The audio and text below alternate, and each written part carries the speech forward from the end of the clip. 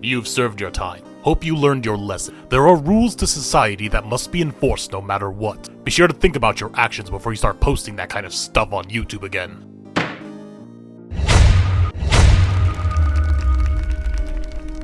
Ugh, finally home. But they are right. There are rules for a reason. If I want to continue to be successful on YouTube, I must follow the rules. It shouldn't be too hard though. My content covers a wholesome rom-com. There's hardly ever anything debaucherous in it. Oh, speaking of the new chapter, it should be out by now. Boy, that break week was rough. But we're finally back on track with my favorite little quirky rom-com. Oh, come on! I am Moonlight150, and this is my overview of the latest 100 Grins manga chapter, Chapter 213, Morikita-sensei the Guidance Counselor. As always, I won't be going over everything, as I encourage you to go check out the chapter yourself by reading it where the scan leaders post them, and show your support and appreciation for them, because those are the rules, so you better do it. Rules are made to be followed. Oh, and be sure to support the official release of the manga in your region as well. Those are also the rules around here, so best follow them. And now that you've shown your respect, on to the chapter. We open on the rooftop like any other regular day in this manga, where Rentaro announces that he has been summoned by the guidance counselor Morikita. As it turns out that Morikita is not only a counselor at the school, but also a third-year civics teacher. Even Kishka's current civics teacher at that. And her reputation precedes her as the other third years like Saki and Kusuri chime in on her strictness. So yeah, no question that this character sounds like she's gonna be a problem for the family. Maybe this is how we get a new reoccurring antagonist like the vice principal. Or I'd even accept a new one-off villain like that Toro character. Or maybe even, and of course she's a new girlfriend. Meet Girlfriend 33, big milestone of a third of the way through this series. Kimari Morikita. Finally got ourselves a new adult girlfriend. Though, I guess Saki counts, but not really, only on a technicality. But we're not playing on technicalities here. I have been waiting for this since I started reviewing the series, and now a new adult girlfriend is here, so I can legally say she's alright. Looks-wise, at least. Let's see how her personality and quirks stand up, because it wouldn't be 100 Girlfriends without some weird quirk. Back to the chapter, though. Meeting your soulmate and feeling a sensation that you've never felt before doesn't get in the way of laying down the law, as she has many questions for Rentaro. I guess the word of Rentaro's hijinks with many girls of the student body has spread around the school. Personally, I blame Ike Mentaro and that panty-dropping girl. And those words of gossip have now reached staff members like Morikita. But as Rentaro points out, those words of gossip seem to only mention members of the student body, and not the various staff members he's also dating. Which, when I say out loud, is kind of messed up when you think about it. It's like getting pulled over and getting a ticket for having a broken taillight, but the cop didn't notice the bodies that I also have stored in the trunk. But enough of what I did last weekend, as Ms. Morikita says that Rentaro having all these relationships across the school is going against public morals, which in turn is also against school regulations, and that he must end his relationships immediately because the rules of society must be followed. Rentaro then goes into serious boyfriend mode and defends his relationships with his girlfriends with all that he has, and even admits that even though it may be against societal regulations, that everyone has a thing or two that they are willing to bend the rules a bit to defend because it's important to them. This does not resonate with Kimari here as the strict rule follower that she is, that nothing is over the rules. But in her proclamation that she has never felt the urge to put anything over the rules, Rentaro notices a slight twinge in Kimari's expression. Similarly, when they zinged a few minutes ago, he's noticing the crack in her armor. But before we get to any of that, Kimari has a self-reflection flashback to how she was raised. And we learn that her parents are a police officer and a judge, and that they instilled in her at a young age to always follow the rules that structure society, which led to her stick-in-the-mud personality of behavior like tattling with students, and eventually becoming a strict teacher in her adult life, earning her nicknames like Tattle Kita and being called a nag. And before we move on, it's apparently a rule that getting snacks on the way home from school is against the rules? Like, how? You're off school property and it's past school hours, and it's just buying some snacks from a store. What super strict school were these girls attending? But enough flashback. Rentaro isn't done monologuing about the ethical quandary that he is in with his girlfriends, and even fully admits that he is in the wrong here breaking the rules, but that his girlfriends are worth breaking the rules for, and that he would rather drop out of school than break up with any of them, because their happiness is the most important thing to him.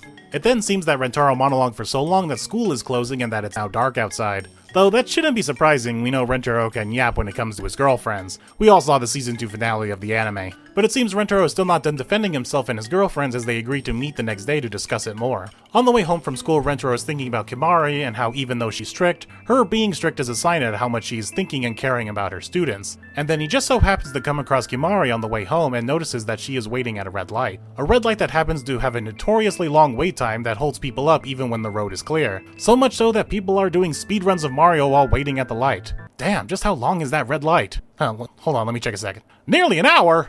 Damn, that's a long red light. Turns out most people just end up jaywalking here because of the long red light when there aren't any cars. I mean, yeah, I would too.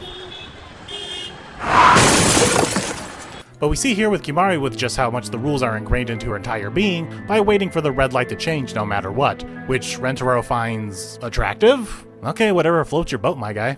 And along the way home, Kimari comes across some girls hanging out next to a vending machine chatting away. But Kimari doesn't seem to be worried about girls being out late at night that could potentially be dangerous, but the fact that they are still in their uniform. Once again, like the whole snack buying after school thing, is that a rule? Like you just can't hang out in your uniform after school? I don't know. The next day, Rentaro admits that he saw Kimari walking home and observed her, and how her standing there waiting for the long red light to turn green had her look so dignified and beautiful, which acts like a flashbang to Kimari as she is suddenly hit with all the insults she has suffered throughout her life for being a rule follower to now being complimented on it, which sends her heart aflutter. She shakes it off though as she says that Rentaro should take after her example and start following the rules more. But then he brings up the encounter with the two girls at the vending machine, and how she was saying one thing but her eyes were saying another, that possibly she had longed to break a rule herself like everyone else does. And before we go to the flashback again, look at young Kimari here. That's just Kaguya.